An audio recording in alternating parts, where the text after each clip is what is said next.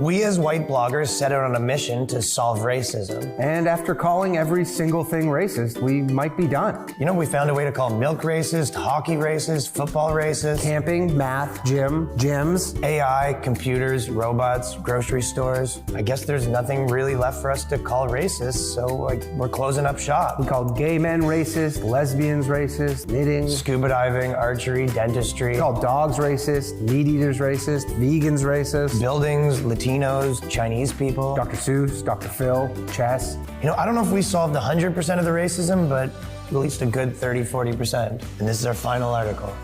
Why our blog is racist. You want to press send or me? Let's do it together.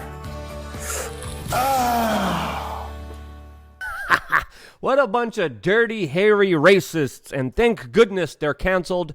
Now we're all safe since everything's canceled. Welcome back, beautiful and amazing human beings. This is Luke Radowski here of wearechange.org, and there's a lot of crazy news out there, just like there are thoughts in Hunter Biden's mind, as of course we're dealing with very dangerous and serious circumstances coming our way, not just in Ukraine, but also in New York City, where the social political madness has reached an all-time high. We're going to be talking about that, plus a lot more, all on this independent media broadcast. But before we do, the clip that we played in the beginning of this broadcast is, of course, by Ryan Long and Danny Polishchuk, and they do an absolutely incredible job highlighting the craziness of cancel culture, absolutely trolling it with real-life examples of the corporate media literally going on unhinged, lunatic, insane rants, as many other people have brought up real-life articles, like this one by Teen Vogue, talking about how naps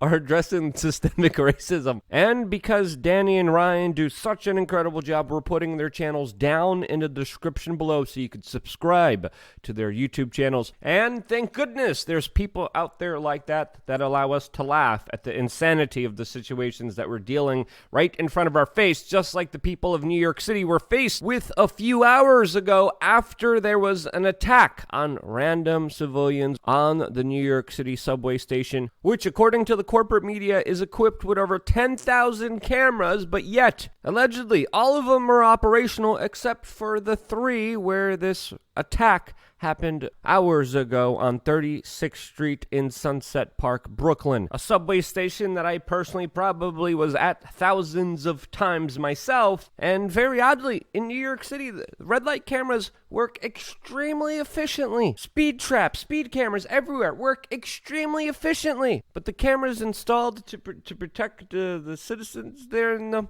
not so much. Strange how that works, as of course the surveillance grid system in New York City that the government there spent billions of dollars building can't find and detect the prime suspect in this case, Frank R. James, a 62-year-old black man who initially was a person of interest and now is the suspect in this case, who is still free at large and, of course, dangerous to the general public. Now, the story gets a lot crazier here, as, of course, we're also finding out that the FBI knew exactly who this man was. He was on the FBI terrorist watch list, and he announced publicly on YouTube plans to end his own existence, saying specifically in a YouTube video that, quote, he will never be back again alive. Now you would think the billions we're sending into our surveillance databases, tracing and databasing almost every single piece of information coming from the general public. You would think someone on the FBI list that was arrested after an incident in 2019 in New Mexico, posting that on YouTube would have brought some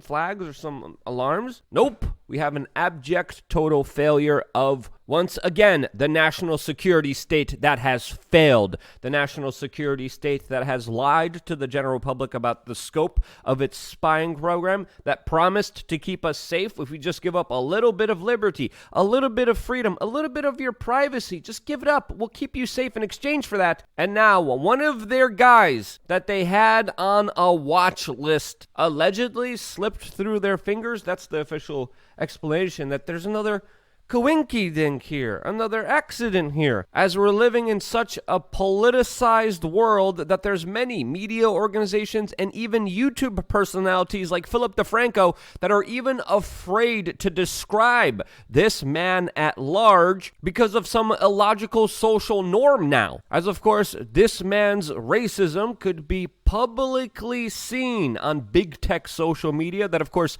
didn't bat an eye, looked the other way, and allowed his racist videos against Asians, against white people, to be up on their social media platforms. There's videos of this man who clearly is a black nationalist, who clearly is prophesizing his hate for the way that people were born, specifically white people and Asian people, this being one of the many videos out there, as of course he showed his support for Black Lives Matter. The man literally called on social media to kill all the whiteys, saying specifically that, quote, "We once were kings." Again, his rants, his unhinged, dangerous language is available for everyone to see on big tech social media that, of course, probably promoted it in the algorithm. As, of course, this form of racism is okay, according to the big tech algorithms that are set by the Silicon Valley industries that, in my opinion, have been pushing a divide and conquer agenda. As this story is rapidly being forgotten by the corporate mainstream media, as of course it has all the uncomfortable elements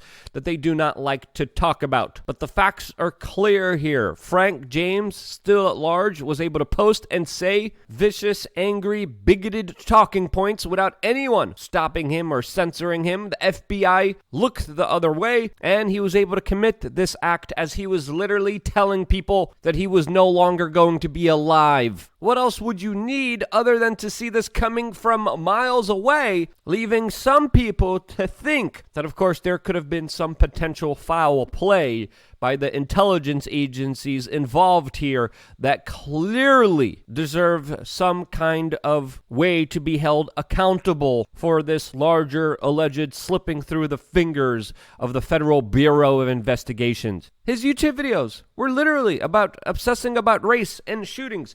I make a mistake here on this YouTube channel. My video gets taken down. My career gets taken down. I misgender someone, or I talk about a medication or a medical study that's been proven, that's been backed by mainline professional doctors and institutions.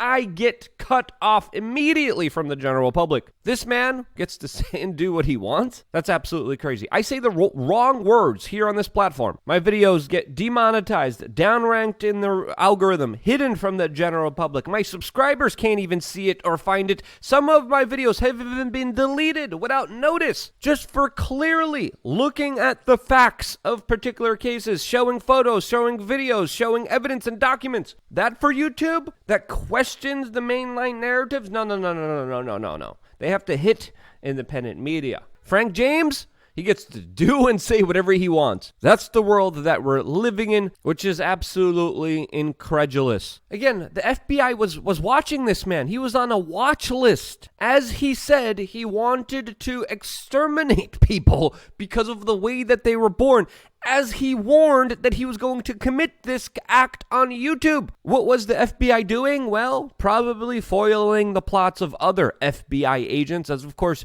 just a couple days ago, it came out that the whole kidnapping of the governor of Michigan plot story was essentially an entrapment. Essentially, the FBI finding autistic, lonely, crazy people, taking their jokes out of context and trying to force them to commit a right-wing attack against the governor of Michigan. That story shows you where the FBI resources are going to. Literally creating attacks based on false pretenses, creating them, engineering them, and trying to force mentally ill people to do them for the right political cause and the right political optics, as of course right-wing guys going after a Democratic woman. Yes, that's what the FBI is interested in, to the point where they literally set up the crime themselves. The real dangerous people that they have contact to, that they work with, that are on YouTube telling everyone their plans. Yeah, no, they're just not interested in that. What's the consequences of that? Well, the horror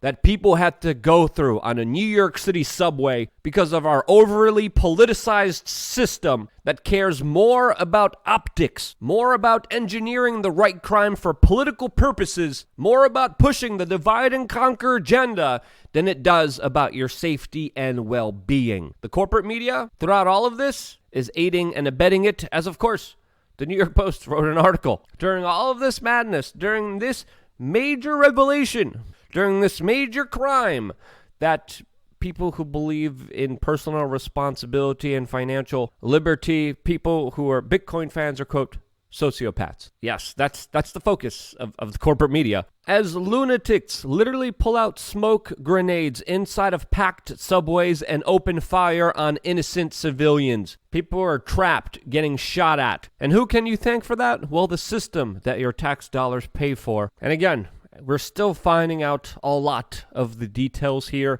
The situation is still murky, but at this point, I think it's very fair to ask that with the overwhelming amount of evidence, it's almost as if the FBI here willingly, almost deliberately, looked the other way with the overwhelming amount of evidence that they had that this was coming. The day before, Biden gave his speech about the importance of taking people's ability to be able to defend themselves. This, as crime becomes an epidemic in major urban environments all throughout the United States, and most likely will get a lot worse from here. And yes, this story hits very personally, as of course I still have friends and family members inside of New York City, as the subway station that was hit was literally the one that I've personally used thousands of times. So yeah, it's infuriating, but I'm very happy I left New York City, and I've been advising other people to do the same, especially major city areas. And I've been talking about that plus a lot more, specifically on LukeUncensored.com,